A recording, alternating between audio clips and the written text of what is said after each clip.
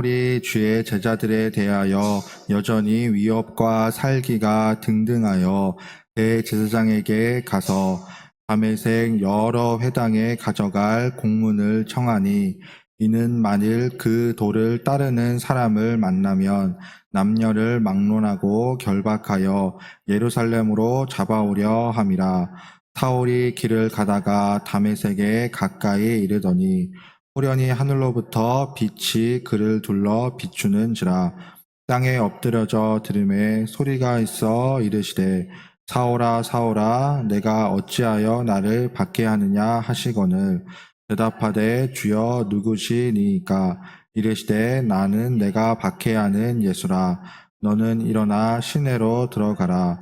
내가 행할 것을 내게 이를 자가 있느니라 하시니, 같이 가던 사람들은 소리만 듣고 아무도 보지 못하여 말을 못하고 서 있더라. 사울이 땅에서 일어나 눈은 떴으나 아무것도 보지 못하고 사람의 손에 끌려 다메섹으로 들어가서 사흘 동안 보지 못하고 먹지도 마시지도 아니하니라. 아멘. 우리나라 말 중에 10년이면은 강산도 변한다라는 그러한 말이 있습니다. 아무리 높은 산이나 커다란 바위 그리고 화려한 자연도 세월의 흐름을 막을 수는 없다라는 그러한 뜻입니다. 그래서 10년 정도 지나면은 산세도 변하고 자연 환경도 변하는 것 같습니다. 사람의 겉모습도 마찬가지입니다. 흘러가는 세월은 그 누구도 막을 수 없습니다. 열심히 운동도 하고 다이어트도 하고 좋은 약도 먹어보지만 흘러가는 세월은 그 누구도 막을 수 없기 때문입니다. 어린 아이들도 마찬가지입니다. 아이들이 먹고 자고 쑥쑥 잘 자라기도 하지만 그 자라는 시간은 그 누구도 막을 수 없고, 요새는 아이들이 성장 속도가 너무 빨라서 문제가 되기도 하는 그러한 일들도 종종 볼 수 있습니다. 이러한 외적인 변화는 그 누구도 막을 수 없는 그러한 변화입니다. 하지만 오늘 본문 말씀을 보면은 중요한 것은 외적인 변화가 아니라 내면의 변화다라고 말씀하고 있습니다. 사람은 누구나 양심이라고 하는 것을 가지고 있습니다. 아무리 악한 자라고 해도 자신의 자녀에게는 좋은 것으로 준다라는 말씀과 같이 악한 자라고 해도 양심을 가지고 있고 양심의 가책을 느낄 때가 있습니다. 범죄하고 죄를 범한다 할지라도 마음 한편으로는 자신의 잘못을 뉘우치고 또한 마음이 찔리는 그러한 상태가 있기 때문입니다. 그러므로 중요한 것은 어떤 외적인 변화가 아니라 내면의 변화를 이루어야 합니다. 오늘 본문에 등장하는 사울이라고 하는 사람도 내면의 변화를 이룬 사람이었습니다. 그가 예수님을 만나서 이전과는 전혀 다른 사람으로 변화되었습니다. 그가 어떻게 변화되었는지 예수님을 만나기 전의 모습을 통하여서 함께 살펴보고자 합니다. 사도행전 9장 1절에 이렇게 말씀합니다. 사울이 주의 제자들에 대하여 여전히 위협과 살기가 등등하여 대제사장에게 가서라고 말씀합니다. 사울은 위협과 살기가 등등한 사람이었습니다. 오늘날에도 가끔 뉴스를 보면은 묻지마 살인이 등장하기도 합니다. 자신 안에 있는 어떤 분노나 또 기분 상한 그 감정을 풀지 못하여 가지고 아무런 상관없는 사람한테 가서 폭력을 행하기도 하고 심지어 죽이기도 하는 그러한 일들을 종종 볼 수 있습니다. 얼마나 억울하고 안타까운 일이겠습니까? 그렇게 묻지마 살인을 통하여서 피해를 입은 자들은 실 수 없는 아픔과 고통 가운데 거하게 되는 것입니다. 그래서 이렇게 위협과 살기가 오늘날에도 있는데 사울도 다른 사람을 향하여서 위협과 살기와 기세가 등등한 사람이었다라고 말씀하고 있습니다. 그런데 사울이 누구를 향하여서 살기와 위협이 가득하였습니까? 바로 주의 제자들에 대하여라고 말씀하고 있습니다. 2절에도 다메섹 여러 회당에 가져갈 공문을 청하니, 이는 만일 그 도를 따르는 사람을 만나면 남녀를 막론하고 결박하여 예루살렘으로 잡아오려 함이라 라고 말씀합니다.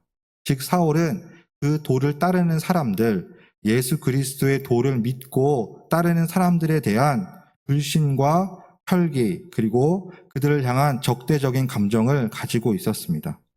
이처럼 사울은 그리스도인들이 볼 때에 매우 위협적인 사람이었습니다.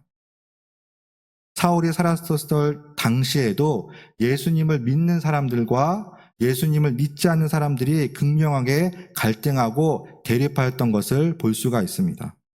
우리나라에도 5년마다 대선이 있고 또 올해는 3년에 이렇게 대선이 있게 되었는데 진보와 보수가 갈라져서 극명하게 대립하고 갈등하는 것처럼 사울이 살았던 당시에도 예수님을 믿는 자들과 믿지 않는 자들의 대립과 갈등이 있었습니다.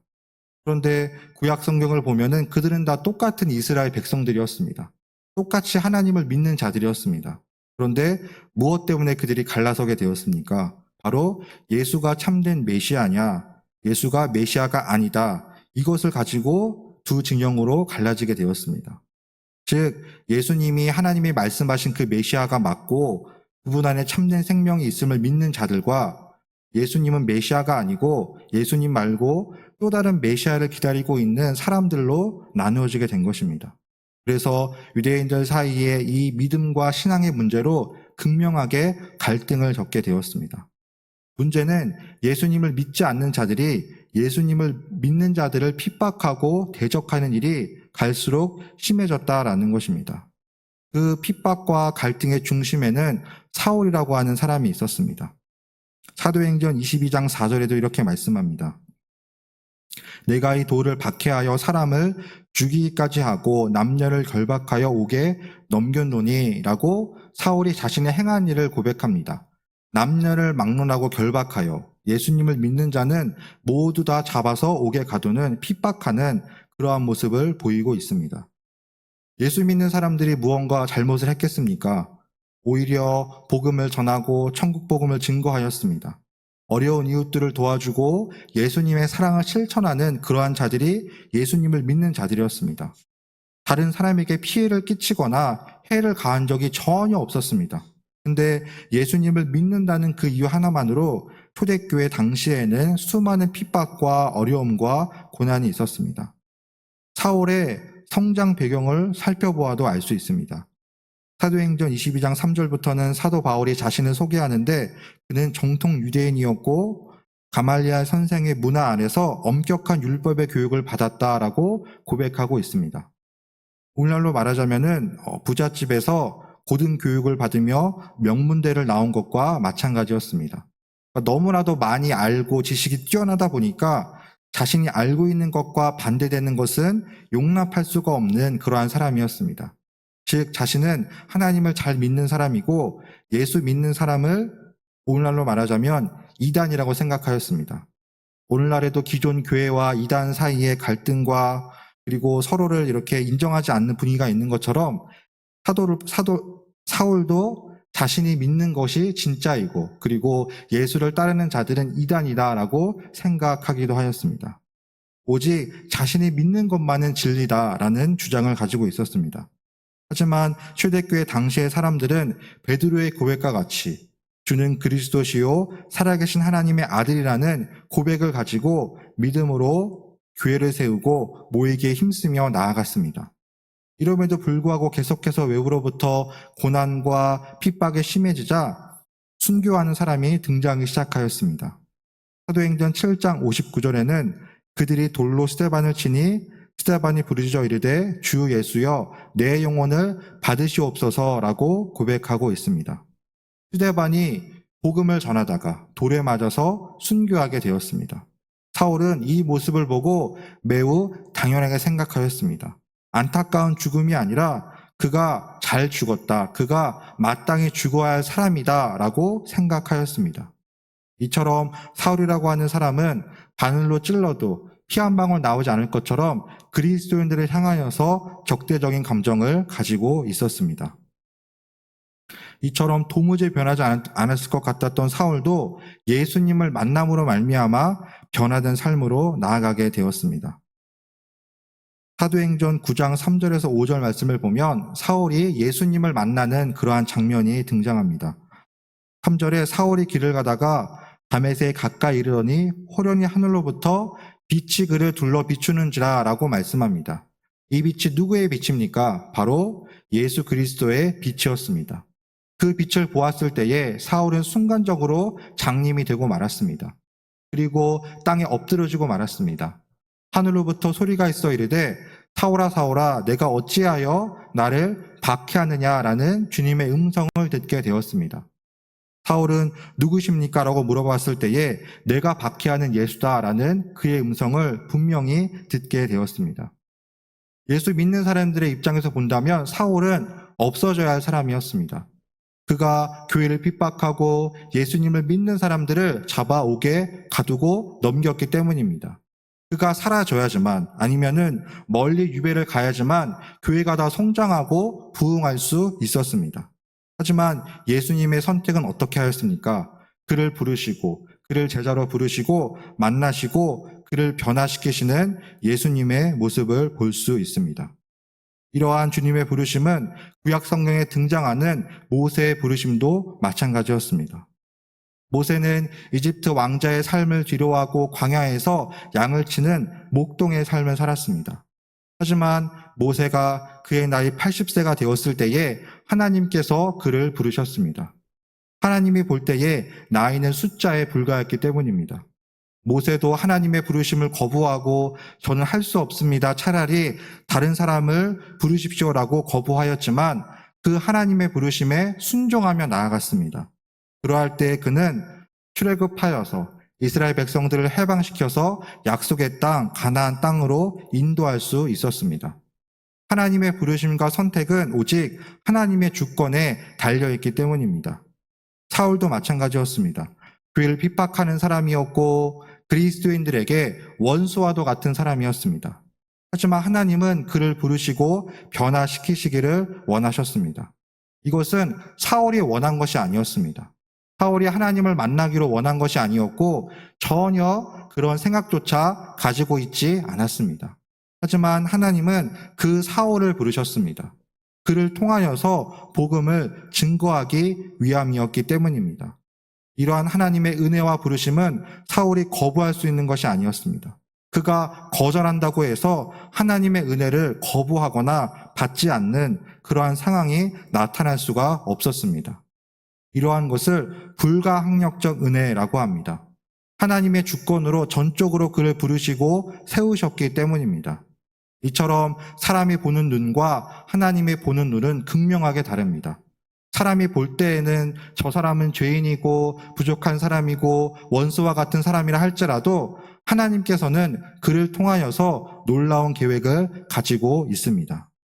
하나님은 사람을 차별하지 않고 모두가 참된 구원에 이르기 때문입니다. 구약 성경에 등장하는 다윗도 마찬가지였습니다.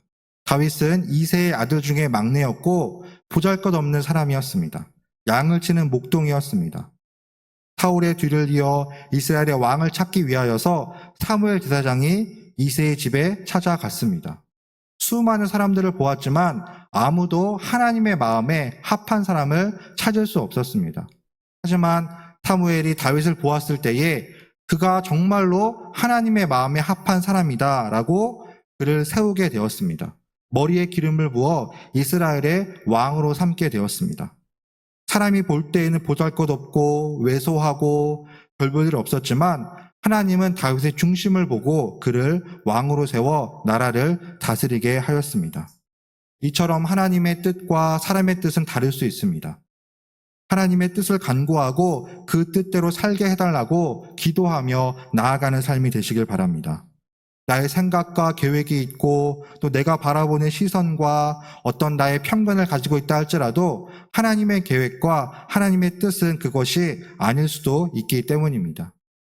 사울 당시에도 그 누가 사울이 예수님을 만나 변화될 것이라고는 생각조차 하지 못했기 때문입니다. 이처럼 사울은 주님을 만나 변화되었습니다. 오늘 본문 6절과 8절에도 이렇게 말씀하고 있습니다. 너는 일어나 시내로 들어가 내가 행할 것을 내게 이를 자가 있느니라 라고 말씀합니다. 사울은 지금 장님이 되어서 앞을 보지 못하고 있습니다. 스스로의 힘으로 걸을 수도 없었습니다. 곁에 있던 사람들의 도움을 받아서 다메섹이라고 하는 그 도시에 들어가게 되었습니다. 그 성 안으로 들어갔을 때에 하나님께서는 아나니아라고 하는 사람을 미리 예비해 두었습니다. 그 또한 하나님을 믿는 사람이었고 신실한 사람이었습니다. 그가 환상 가운데에 하나님의 음성을 들었는데 사울이라고 하는 사람이 있으니 가서 안수하고 그를 위하여 기도해 주어라 라고 말씀하였습니다. 하지만 아나니아는 이미 알고 있었습니다. 그 사울에 대한 안 좋은 소식과 소문을 들었기 때문입니다. 그가 교회를 향하여서 얼마나 핍박하고 고난을 가하는지 익히 들었기 때문에 쉽게 그에게 다가갈 수 없었습니다.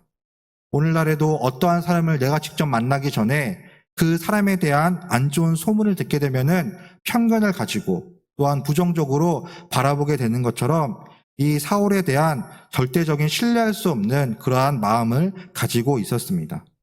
이렇게 망설이는 아나니아를 향하여서 주님께서는 사도행전 9장 15절에 이렇게 말씀하고 있습니다.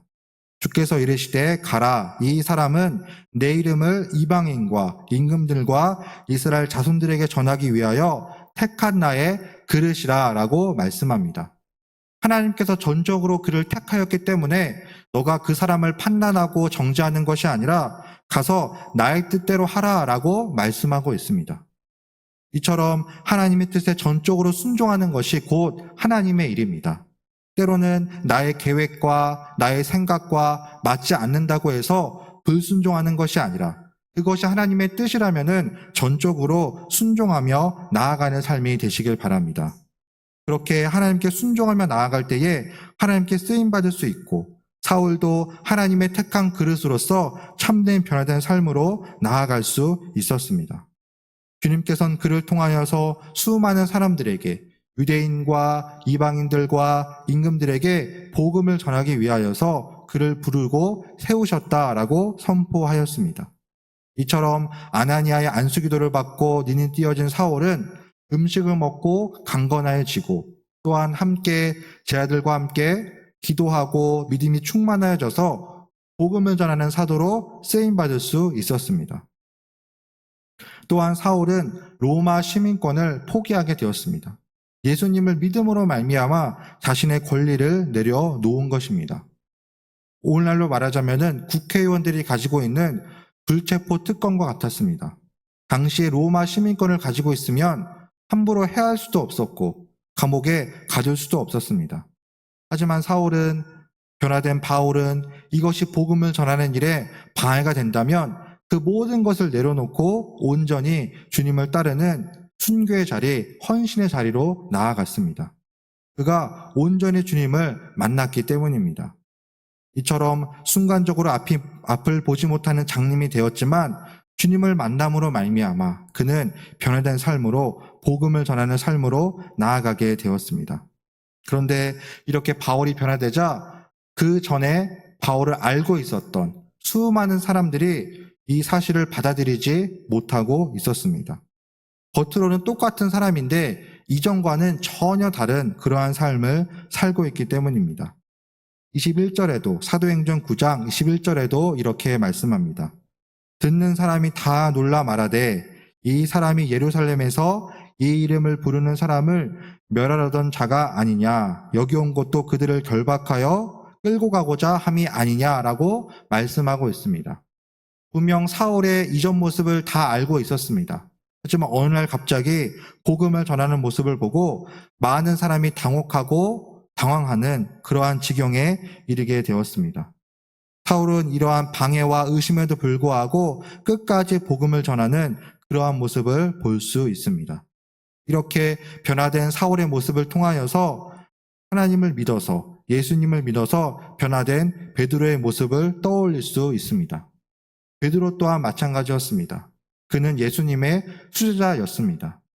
다른 사람들이 다 주님을 모른다고 배반하고 떠날지라도 자신은 끝까지 주님의 곁을 지키겠다고 다짐하고 맹세한 사람이었습니다. 하지만 주님께서 로마 군병들에게 붙잡히시고 십자가의 고난을 받으셨을 때에 베드로는 주님을 모른다고 부인하였습니다. 주님이 말씀하신 대로 주님을 모른다고 부인하였을 때에 자신의 죄와 허물을 깨닫게 되었습니다. 그리고 두려움 가운데 숨어 지내게 되었습니다. 하지만 그가 부활하신 주님을 만남으로 말미암아 변화되었습니다. 내가 정말로 나를 사랑하느냐라는 그 주님의 음성에 3번 믿음으로 고백하고 대답함으로 말미암아 그는 복음을 전하는 사도로서 온전히 쓰임받을 수 있었습니다. 이처럼 주님을 만난 사람은 모두가 다 변화되었습니다. 그 제자들도 지극히 평범한 사람이었고 뛰어난 사람이 아니었습니다. 교육조차 제대로 받지 못한 그러한 사람이었습니다. 하지만 그가 예수님을 만나 변화되었을 때에는 담대하게 복음을 증거하며 나아갈 수 있었습니다. 오늘날 주님을 믿고 따르는 자들도 마찬가지입니다. 내가 언제 주님을 만났느냐, 그 때와 시기는 중요하지 않습니다. 어려서부터 교회를 다니고 믿음으로 성장한 분들도 있고 또 성인이 되어서 주님을 만나서 주님께 돌아온 자들도 있습니다. 하지만 언제 주님을 만났던지 간에 주님을 만났다고 한다면 이전과는 다른 변화된 삶으로 나아가야 합니다. 주님을 온전히 만났기 때문에 그 주님 안에서 믿음으로 변화된 삶으로 나아가시길 바랍니다. 주님을 믿기 전에 의지하였던 우상들과 죄악들, 이러한 모든 것들을 내려놓아야 합니다. 하나님을 믿기 때문에 그의 삶이 변화되었을 때에 그 변화된 모습을 통하여서 하나님의 살아계심을 알 수 있기 때문입니다. 또한 그리스도의 향기를 나타내는 세상 가운데에 그러한 믿음으로 살 수 있기 때문입니다. 그러므로 하나님을 믿기 전에 의지하였던 죄악과 우상들을 내려놓고 회개하고 거룩함과 정결한 마음으로 변화된 삶으로 나아가는 삶이 되시길 바랍니다. 이처럼 사울은 주님을 만남으로 말미암아 이전과는 다른 삶으로 변화되었습니다. 여러분의 삶도 참된 변화로 나아가기 위해서는 하나님의 은혜를 온전히 깨달아 알아야 합니다. 영적인 변화는 나의 노력으로 되는 것이 아니라 오직 주님의 손에 달려있기 때문입니다. 로마서 12장 2절에도 이렇게 말씀합니다. 너희는 이 세대를 본받지 말고 마음을 새롭게 하여 하나님의 선하시고 기뻐하시고 온전하신 뜻이 무엇인지 분별하라 라고 말씀합니다. 참된 변화를 이루기 위해서는 하나님의 뜻이 무엇인지 분별해야 합니다. 세상 가운데 살다 보면은 이것이 하나님의 뜻인지 아닌지 잘 구분이 되지 않고 그저 물 흘러가는 대로 세상의 어떤 잘못된 우상과 죄악들을 그대로 받아들이는 모습을 볼 수 있습니다. 그렇게 살다 보면은 변화된 삶으로 나아갈 수 없습니다. 무엇이 우상이고 무엇이 하나님의 뜻인지 온전히 분별해야 합니다.